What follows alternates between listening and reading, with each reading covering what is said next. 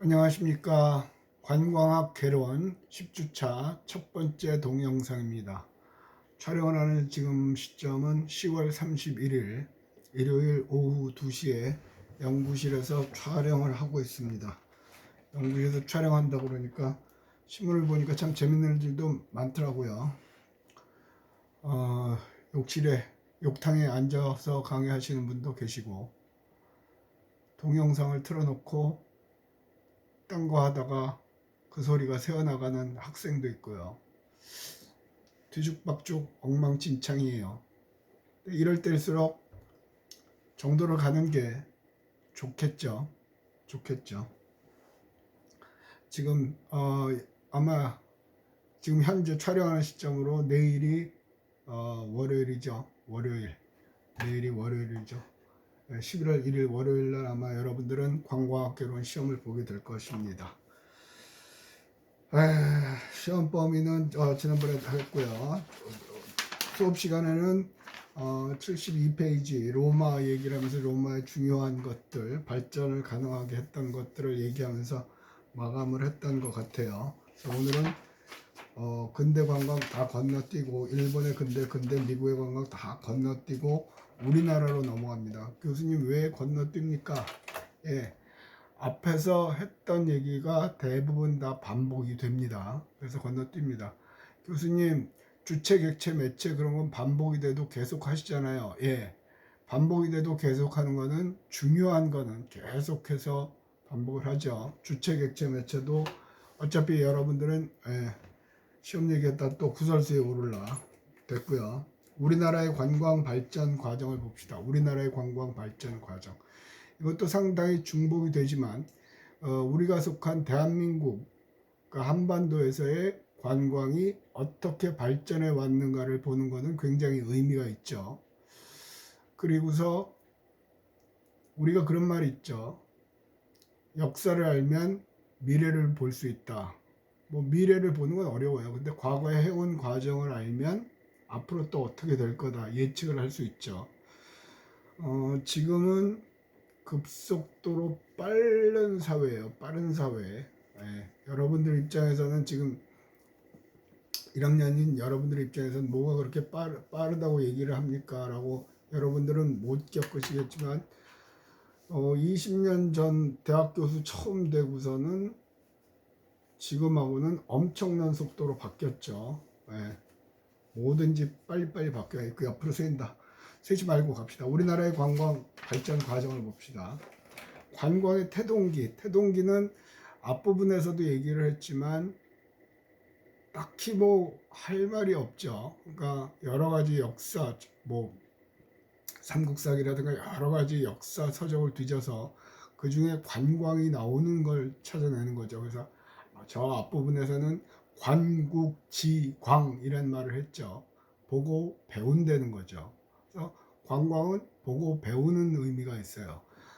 당장 20대 초반인 여러분들한테는 보고 배운다는 의미가 별로 와닿지를 않죠. 수업 시간에도 관광은 뭐다? 한마디로 말하면 노는 거다, 즐기는 거다 라고 강의를 했습니다. 이유는 뭐냐면 여러분들한테는 그게 와 닿기 때문에. 그런데 대한민국 관광객 전체를 봤을 때 20대가 차지하는 영역이 있고 30대, 40대, 50대가 차지하는 영역이 있죠. 점점 이 영역은 커져가고 있죠. 왜? 고령화 추세잖아요. 그죠? 그러니까 어느 쪽에 집중을 할 건지는 고민을 많이 하셔야 돼요. 어느 한쪽에 치우칠 수도 있고요. 특화를 시킬 수도 있고요. 또 골고루 할 수도 있고요. 그거는 각자의 판단에 따르는 겁니다. 어느 쪽이 유리하다라고 얘기하기는 굉장히 어렵습니다. 자, 어쨌든 관국지광 그러면서 노는 걸 갖고 얘기를 했거든요. 그러면서 중세 유럽으로 가서 그랜드 투어 얘기를 잠깐 했죠. 영국은 그때만 해도 식민지, 전 세계에 식민지가 있었죠. 그래서 해가 지지 않는 나라다. 왜? 이쪽에서 식민지가 전 세계에 있으니까 영국 본토에서 해가 져도 이쪽에서는 해가 뜨죠. 그러니까 그런 거였어요. 근데 왕자가 쓸데없이 남태평양의 피지에 가서 눈 갖고 오라고 그런 얘기를 했죠. 무식하니까. 그래서 교육을 시켰다는 얘기예요. 그때도 잠깐 얘기했습니다만은 관광의 교육적 효과가 연령대가 높아갈수록 커집니다. 그리고 20대 미만에서도 이 아래 청소년층에서는 관광을 가는 가장 큰 이유는 특히 우리나라 같은 경우는 교육적 효과입니다. 그래서 해외여행을 갈 때도 뭔가를 보면서 배울 수 있는 기회를 자꾸 제공해 주려고 그러죠. 누가? 우리들의 부모님들이, 여러분들의 부모님들이. 또 학교에서도 수학여행도 가고 뭐 소풍도 가고 견학도 가고 하는 이유가 그런 것입니다. 견학 보는 거죠. 배울 것을 보는 거죠. 그래서 엊그저께 뉴스를 보면 이번 가을에는 수학여행을 다시 재개를 한다고 그래요. 그런데 뭐 2박 3일 숙박하는 수학여행은 아니고 당일로 갔다 오는 수학여행을 한다고 그러죠. 여러 가지로 어쨌든 조금씩은 풀려가는 기미가 보여요. 11월 1일 내일이네요. 내일부터는 이 촬영하는 시점에서 내일부터 11월 1일 월요일 여러분들이 개론 시험을 보는 날은부터는 위드 코로나 1단계죠. 4단계까지 간다고 해서 내년 2월 달인가가 4단계로 간다는 것 같죠. 1단계에서는 영업을 다 하죠. 그래서 10사람까지 모일 수 있고 그러니까 자꾸 풀어지는 거예요. 근데 어쨌든 백신 접종률이 높아도 다른 나라들의 사례를 보면 어디선가는 또 확 터지기는 할 거는 같아요. 조심들 하시면서 모이시더라도 조심을 하시면서 다니시면 좋겠고요. 그리고 서울은 지금 우리는 부산은 3단계고요. 서울은 4단계였잖아요. 코로나 4단계. 거기 대면 수업을 못 했단 말이에요. 그래서 2학기부터는 조금씩 한다고 그러고 다행히 우리 부산 지역은 혼합 수업하죠. 대면, 비대면. 그래서 인원이 작은 거고 저 같은 경우는 문화관광론이나 창업론 같은 경우는 100% 대면 수업을 하고 있고요. 확실히 해보면 대면 수업의 효과가 훨씬 높고 수강하는 학생들의 만족도도 이렇게 조사를 해보고 얘기를 해보면 훨씬 높죠. 이 강의를 매번 올리지만 제대로 들으시는 분들이 그렇게 많지는 않은 것 같아요. 골치 아프게 뭐죠? 과제도 내고 하고 하는데 좀 들으시면 좋겠는데 어쨌든 자 삼국시대는 이동하는 건 누구? 귀족층만. 평민들은 쉽게 이동하지 않았죠. 그리고 이동의 가장 큰 목적은 뭐라고 했냐면 종교, 사찰 그런 데 가서 비는 거죠. 왜 종교입니까? 다른 거 없었습니까? 다른 것도 있기는 있어요. 그런데 이제 역사서에 근거하기는 누구 어디 어느 사찰에 가서 기원을 했다. 뭐 왕이 가뭄을 해가려달라고 기도를 드렸다. 뭐 그런 것들이 나오니까 계속 그런 이유들만 나옵니다. 대체로 역사서를 보면 유럽 같은 경우는 수도원의 그 수도사들이 기록한 게 지금은 역사책이 된 거고요. 우리 역시도 마찬가지고요.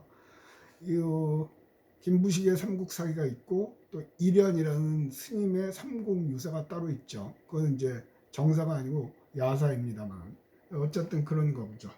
그래서 관광의 태동기가 별로 그렇게 없었다. 그러나 조선시대에 가면 또 보부상이라는 게 있습니다. 보부상 등짐을 지고 쉽게 말하면 배달의 민족이죠. 걸어서 가는 배달의 민족이었어요. 여기서 사서 저기서 팔고 그런 걸 했었던 거고요. 그래서 요즘은 잔도라고 그러거든요. 영남 지방에도 많은데 저기 양산에 가도 있고 잔도란 뭐냐면 산에 비탈길 벼랑길을 따고 이렇게 쫙 길을 냈던 거예요. 겨우 한 사람 지나다닐 만한 길. 우리나라엔 그런 잔도의 흔적들이 많이 있고요. 또 그런 것들을 또 복원하려는 시도도 지금 꽤 많이 하고 있어요. 이번 달 10월 달 중순부터는 저도 무지 바쁘게 그 외부 활동을 하고 있거든요. 뭐 심사를 한다거나 자문회의에 참석해 달라거나 하는 그런 것들 때문에 상당히 바쁘게 지내는 것 같아요. 무슨 얘기를 하고 싶은 거냐면 이제 풀리기 시작하는 거죠. 서서히 움직이기 시작하는 거예요. 어쨌든 조선시대까지만 해도 그렇게 보부상 단체, 보부상 등짐 그런 사람들이 그런 사람들도 이동이죠. 이동을 전제로 하는 게 관광은 자신의 일상 거주를 짜놔서 특정 목적지에 체류하다가 돌아올 때까지 일어나는 재반현상 모두를 관광이라 칭한다. 그게 관광의 정의 아닙니까?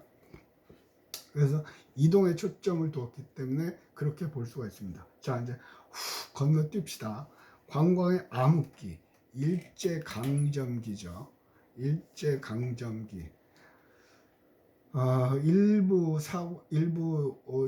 그 동의할 수 없는 일부 학자들은 일본이 우리를 강제 지배하면서 일본의 강제 점령. 저는 배울 때 식민지라고 배웠는데 요새는 식민지를 말을 안 쓰죠. 강제 점령.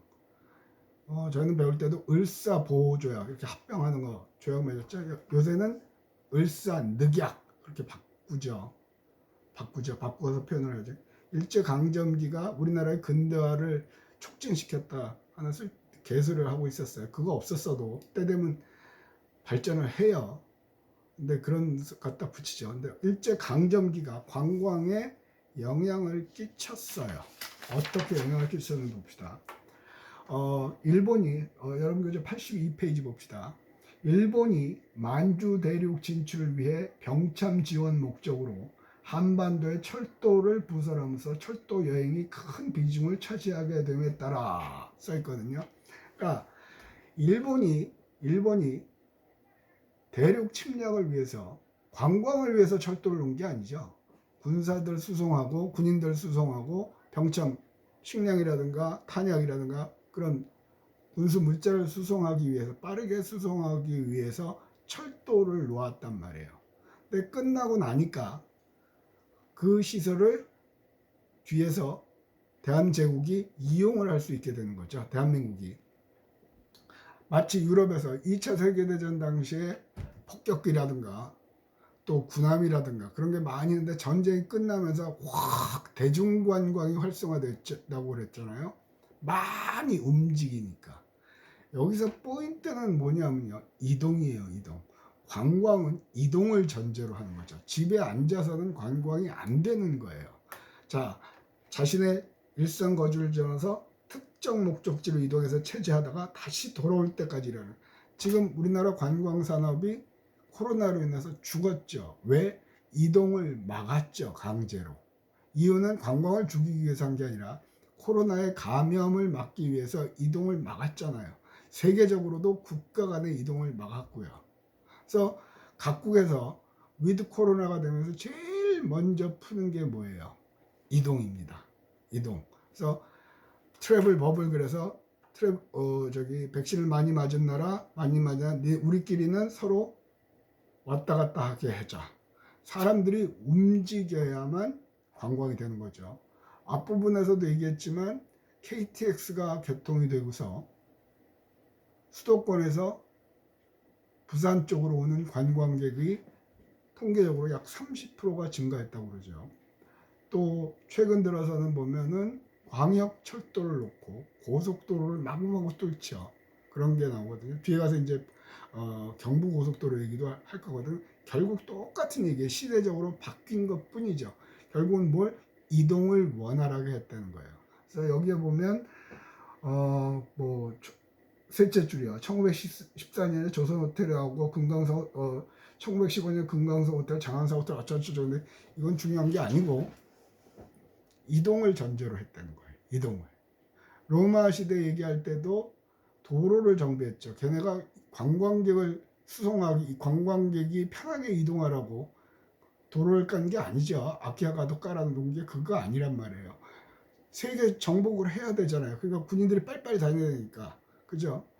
참고로 얘기하면 세계 제2차 대전이요. 독일의 히틀러가 소련을 침공하려고 그러다가 못했죠. 왜 겨울에 못했어요? 왜냐하면 걸어서 가야 돼요. 소련 국경까지는 가는데 왜? 독일을 다니는 철도와 소련을 다니는 러시아죠. 소련을 지난 철도가 지금의 러시아를 다니는 달라요. 그 길. 독일은 이런 정상적인 궤도고요. 러시아는 광궤야, 넓어요. 그러니까 기차가 똑바로 못 가죠. 바꿔 타야 돼요. 그러니까 못 갔던 거죠. 그만큼 이동을 전제로 하는 거고. 또 요즘 뭐죠? 일론 머스크가 테슬라뿐만 아니라 지금 우주로 나가고 있죠. 우리도 얼마 전에 나로호 발사했죠. 나로호예요. 나로가 아니고 누리호 발사했죠. 엄청난 거죠. 그리고 또 일론 머스크 걔네는 뿐만 아니라 다른 여러 가지 위성 업체들은 지구 위에 위성을 막 쏘아 올려요. 왜 쏘느냐고요? 그게 4차 산업혁명이죠. 일단 쉽게는 어디나 통신을 할 수 있게, 위성을 통해서 통신을 할 수 있게 하는 거지만 결국은 뭐냐면 그게 전기차로 인공지능을 통해서 이동을 빨리 하게 해주는 거예요. 어디가 막히는지 타타타닥 정보를 주는 거죠. 이런 얘기를 하면 또 수업 시간에 할 수 있는 얘기니까 어쨌든 이동을 편하게 해줬다는 거예요. 그런데 그 관광의 여명 위에 하나 둘 셋 넷 줄. 그러나 이 시기에는 모든 관광 시설이 일본인과 외국인을 위한 것이었다. 그죠? 앞에 철도도 그렇고 철도를 이용한 관광객도 극히 일부 일본인 귀족층이나 이용했겠죠. 군인 대장이라든지 뭐 그런 거. 아니면 외국인이라고 그러면 뭐 관광객이 온 게 아니에요. 국내에 들어온 공사, 대사, 아주 상류층이죠. 그런 사람들이 이동을 할 수 있게 됐다. 그러면서 대한민국, 그러니까 우리 국민은, 조선 국민은 이용을 할 수가 거의 없었던 거라고 봐도 무방하죠. 그러나 그게 후대 일본이 망하고 나서, 일본이 철수하고 나서는 대한민국 관광 발전에 큰 계기가 됐다. 결국 이동을 쉽게 했기 때문이라는 거죠. 그래서 관광의 정의와 밀접한 관계가 있는 겁니다. 1950년대 나옵니다. 관광의 여명기. 자, 이건 여명기. 여명이라는 거는 해가 이렇게 동틀 때가 해가 떠오르죠. 바다에서 이렇게 우리 1월 1일 날 해운대 가서 뭐 해 뜨는 거 보잖아요. 일출 보잖아요. 그때는 주위부터 쫙 밝아오다가 갑자기 빨간 동그란 기둥이 확 올라오는 거거든요. 그때가 여명기예요. 우리나라 사람이 관광 사업을 경영한 것은 45년 8월 15일 해방 이후부터다. 근데 이때는 관광 사업이랄 것도 없죠. 몇몇 호텔들도 짓고 뭐 그런 것들을 했다는 건데 그때 이제 시작을 한 거죠. 경제를 하고 이동을 하고 해야 되니까. 그래서 관광의 50년대가 그냥 여명기다. 이거는 그냥 사람들이 말을 붙여놓은 거예요. 특별한 의미는 없어요. 60년대 관광의 기반 조성기. 이제 1945년에 우리가 8월 15일 날 해방이 됐죠. 일본이 2차 대전에서 패망하고 히로시마, 나가사키에 원자 폭탄을 터뜨려서 항복했단 말이에요. 그죠? 그러면서 우리는 해방이 된 거예요. 우리 이름을 다시 찾게 된 거죠. 그죠? 그래서 이제 그러고 나서 1950년 정신 없죠. 흔히 말하는 일제의 앞잡이들이 여전히, 흔히 말하는 친일파들이 여전히 득세를 하고 있었고 지배를 하고 있었고, 왜 그러냐면 우리나라에 먼저 들어온 게 남쪽은 미군이 점령을 했고 북쪽은 소련이 했죠. 점령을 한 미군의 입장에서 보면 나라를 통치를 해야 되는데 뭐 사람들이 없는 거죠. 똑똑한 사람들이 없는 거예요. 그러다 보니까 아쉬운 대로 일제시대에 부역을 했던 군수, 장관, 그런 사람을 그대로 갖다 쓴 거예요. 그러다 보니까 자체적으로 식민잔재 청산이 되지를 못했죠. 그죠? 그래서 50년대 또 1945년부터 그렇게 정치를 했고요. 50년 6월 25일 날은 북한이 청해를 왔죠. 2년 반 3년 동안 전쟁하느라고 정신이 없었잖아요. 그리고 60년대가 되니까 이제는 먹고 살아야 되잖아요. 그죠? 그래서 관광 기반 조성, 먹고 살려고 하다 보니까, 그래서 1960년 들어서 조직과 체계를 갖췄고 61년 8월 22일 날 관광사업진흥법이 만들어졌어요. 그죠? 61년에 빨리 만들었죠. 그죠? 왜? 그게 경제를 살리는 길이니까. 맨 밑에서 둘째 줄 보면 62년 4월에는 국제관광공사법이 제정되었고 이 법에 의해 국제관광공사, 현 한국관광공사의 전신이라고 그러죠. 그래서 한국관광공사가 이때 생긴 겁니다. 관광공사가 전 세계 지사도 있고요. 우리나라 관광 범 내려온다 하는 그 홍보 영상도 찍어서 한 거고요. 그런 것들을 관광 분야 전반에 걸쳐서 공기업으로서 한국 관광 발전에 크게 기여를 하죠. 그리고 여러분들 중에는 혹시 관광공사나 그런 데 가려는 사람도 있을 거고요. 또 굳이 또 중앙에 있는 공기업을 가는 건 좋겠죠. 그런데 또 각 지방마다 있죠. 경기도에는 경기관광공사가 있고요. 부산시 산하에는 부산관광공사가 있어요. 그것들은 지방공기업이다. 여전히 그것도 공기업이에요. 각 지자체마다 지방관광공사는 대부분 하나씩 있죠. 왜냐하면 그만큼 관광의 위상이 커졌기 때문에. 각 지방관광공사가 생긴 지는 그렇게 오래되지는 않았어요. 그래서 여러분들 취업하면서 전 공기업 가려고 그러는데요. 그러면 전부 다 관광공사만 하는데 몰라서 그런 거거든요. 지방관광공사도 여러분이 갈 수 있는, 진출할 수 있는 영역 중에 하나라고 생각이 되죠. 그래서 여러분들이 양쪽을 비교해보고 어느 게 나하고 맞느냐, 뭐 급여라든가 복지라든가 또 내가 거기 근무하면서 생활비를 쓰는 거라든가 그런 걸 따져보면서 해보는데 굳이 처음부터 마다할 필요는 없다고 생각을 합니다. 그래서 관광 기반 조성계는 이러저러한 법률들이 만들어졌다. 그 정도 알면 되고요. 관광의 성장기요. 1970년대요. 그러면 85페이지 봅시다. 85페이지로 가면 두 번째 패러그래프 두째 줄에 보면 두 번째 패러그래프 1970년에는 국립공원과 도립공원이 지적됐죠. 그래서 국립공원, 대한민국 국립공원 1호는 지리산 국립공원이에요. 지리산 국립공원. 여러분 이제 2학년 1학기에 가면 저하고 관광자원이라는 과목을 하게 되실 겁니다. 그것까지는 필수 과목이거든요. 그러니까 하셔야 될 것 같아요. 그래서 관광자원에서 하겠지만 국립공원이 처음 지정이 됐어요. 또 도립공원도 있고요. 또 군립공원도 있어요. 군립공원. 그죠? 지금 부산대에 있는 장산인가요? 장산, 금정산. 예. 금정산도 국립공원으로 지정을 하자 말자 뭐 그런 얘기가 많이 일어나고 있거든요. 한 몇 년 전, 꽤 됐어요. 근데 옛날만큼 쉽게 되진 않죠. 이때만 해도 박정희 군사정권이거든요. 그러니까 독재란 말이에요. 지정 끝. 근데 지금은 금정산을 국립공원으로 지정한다고 그러면 지역 주민들이 난리가 나죠. 왜? 국립공원을 지정한다고 그러면 그 안에 있는 내가 그 안에 땅이 있다고 그러면 나의 재산권 행사는 불가능한 겁니다. 유학 갔다 처음 와가지고 태백에 갔을 때예요. 태백 카지노 그것 때문에 따끈따끈한 얘기를 해줘야 된다고 그랬고 선배들이 불러서 카지노 공청회 그거 발제하러 간 적이 있었거든요. 그러면서 왔는데 태백 그쪽에서도 국립공원 지정 반대 난리였어요.